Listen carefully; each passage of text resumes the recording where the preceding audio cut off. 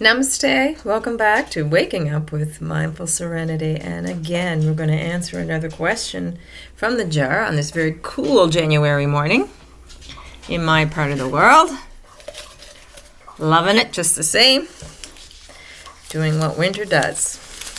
Okay, whoa. I'm going to pull out one that is like a paragraph.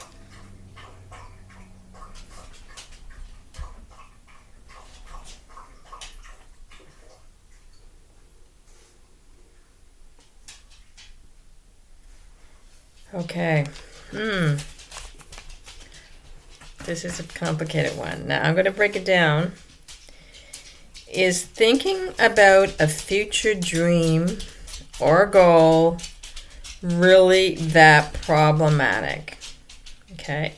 Is thinking about a future dream or goal really that problematic? And they gave me a quote. What is the mind of a child? I don't know if this is the third Zen patriarch, but I think it comes from Taoist or Buddhist philosophy anyway. Like a mountain stream. So a sage, and I remember the tale. Take my deep breath first of all before I go any further. So we've got the question. Is thinking about a future dream or goal really that problematic? Because we all do it, right? That's a human tendency. That's what gets us through the day sometimes. This hope that something's going to be different tomorrow, something's going to be better tomorrow. So we're striving for that goal. Or in some cases, if you're an athlete, that gold with the Olympics coming up. We're striving. We can spend years and years in our training just working the body, struggling against the factors of life and the environment, running up all those hills to get in shape and pushing, so that we have that one moment, and it's only a moment, the briefest of moments, on the podium. And we do that with everything in our lives, don't we? We do it with our jobs. We're going to get the right job, okay? And we have it in our mind that I'm going to have a certain income. I'm going to drive a certain car. I'm going to have a certain house. I'm going to get married, have 2.5 children. I'm going to have the white picket fence. We have these visualizations based on our own samskaras, the psyche that we have full of stored and stuffed memories and experiences that we've interpreted and analyzed and emoted, all surrounded with this emotional energy that we stuffed and stored inside us. Some of it are things that we want to grasp again because they were so pleasant. We've had experiences as a child of ice cream, going out with our parents and having a wonderful day eating ice cream, so we fell in love with ice cream. And so we're always grasping for something that gives us the same feeling that ice cream gives us. Or maybe we've had a really bad experience going out to the ice cream parlor with our parents, and maybe one of them got really sick and died, or we ourselves got sick from the ice cream, terribly so. So we had this repulsion for ice cream. So we're trying to push away anything that reminds us of that experience. That is a negative samskara. A negative, positive, doesn't matter. There's just samskaras, negative. Nothing is either good or bad, but thinking makes it so, right? But the mind does that. The mind analyzes something as negative, never to be repeated again, and something as positive. Always, do whatever we can to repeat again or to improve upon. And that's where these dreams come in. We've had a good experience, then we want it even better. We want more of it, and we want it better. Whenever we have these good experiences derived on our dreams and our hoping for, and we get them, we have that, wonderful, we achieved it. But what we're really experiencing is a relief of wanting. We got what we wanted. We lived, say, for an athlete training for the podium, 4 years of training, struggling every day. And we're living for that moment, struggling to get to one moment. And you get it? Because it's all wanting. It's all wanting. That's what motivates you. It's that wanting, that desire for more than what's right here and now. And our inability to accept here and now for exactly what it is resistance, right? So we resist by achieving a goal and going after a goal. and running to get that goal. Training, striving, struggling, going through heck, ignoring the present moment, walking over and stomping down the present moment, using it only as a stepping stone to get us to that podium, to get us to that dream we're looking for. And so we would go through 4 years of that.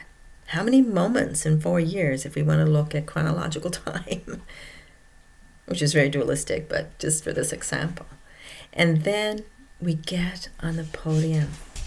You get the gold medal around your neck. You did it. Wonderful. You feel amazing for all of a few moments. And then the what's next comes into your mind. What am I going to strive for next?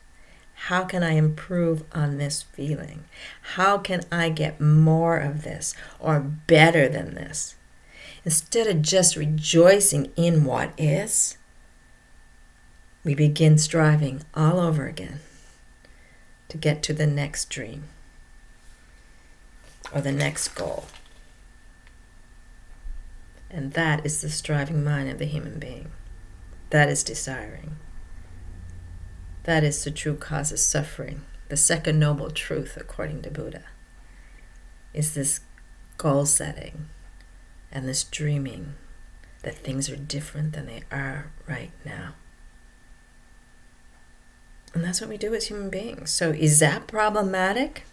Yeah, it's problematic. Because what happens when we're striving? Are we enjoying the felt experience of what is right here in this moment? Are we even noticing what is? If we're running to train, for example, and sometimes you get to that zone of a run and you say, oh God, this feels so good, and you come down, it can awaken you. Don't get me wrong, sports can awaken you just as much as they can, lead you on this treadmill of goal achievement. But most of the time when we're striving and struggling, we are resisting what is. We want something other than this. My body's not in good enough shape now. I'm not happy with my body the way it is. I want it to be in better shape. So we push and push and push and push. Struggle, strive. And the whole time we're doing that, this thing is going better than, I need better than this. No, I don't want this. This is bad, wrong, shouldn't be. It should be better. We're not accepting or appreciating the moment for what it is. We are not living in our nows. We're living in our heads and our physical struggles. We're not appreciating what is now, exactly as it is. We're not loving this body as it is. We're not loving this experience of life as it is. We want more. And that's what our goals and dreams do. They're a method of escaping the now, a method of using the now as a stepping stone for something other than what is. There is nothing wrong with achieving goals, and there's nothing wrong with having dreams. But when we're using these goals and these dreams as a means of resistance, because we have not learned to relax into what is, to accept what is, to love what is, then that is problematic. Man, I hope, everybody wins their gold medal. Not that they can, or their silver or their bronze in the Olympics. I hope that they have that fruition. But I hope they're enjoying this moment now, right here, as if this is the podium. As if this moment, regardless if you got shin splints from running and training, or if you're, get to the side of the road and you're puking your guts out because you overdid it, enjoy and appreciate this moment. See the beauty in it.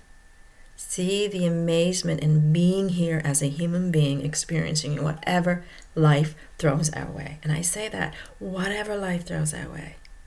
It's all just experience. It's just the mind that judges it as bad, wrong, shouldn't be, good or bad. Nothing is either good or bad, but thinking makes it so.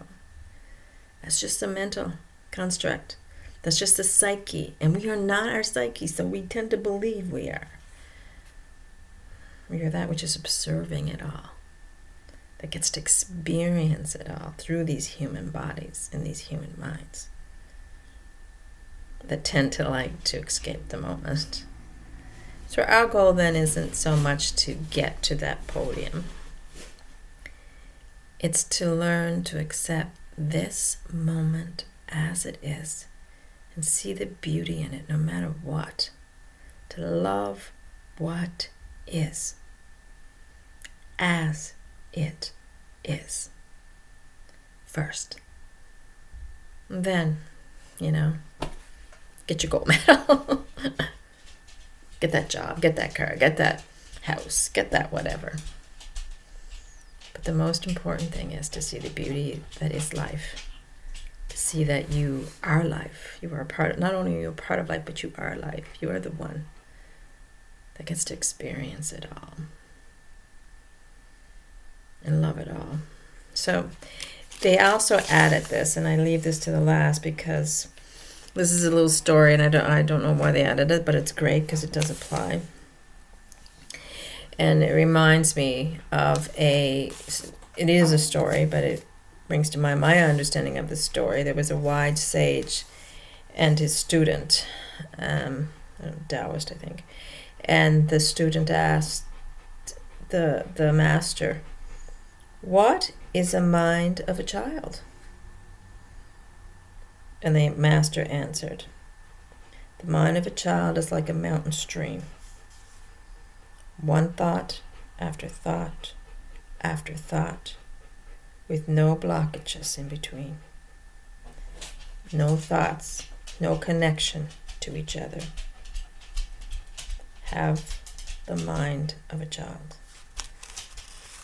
So if we just allow thought to be thought without our blockages in our skin, and it's our samskaras that make us strive for that podium. It's this sense of whatever we stuffed and stored inside that we want to fix, that we want to make better, or that we want more of, that is leading us to strive and to dream and to set these smart goals. If we were to have no blockages, just to one thought after thought, like a mountain stream, the mind just going from one thought after the other without these blockages, which tell us we need to strive so we don't experience this pain again, or we need to strive so that we have more of what we enjoyed in life. The samskaras, which are the blockages.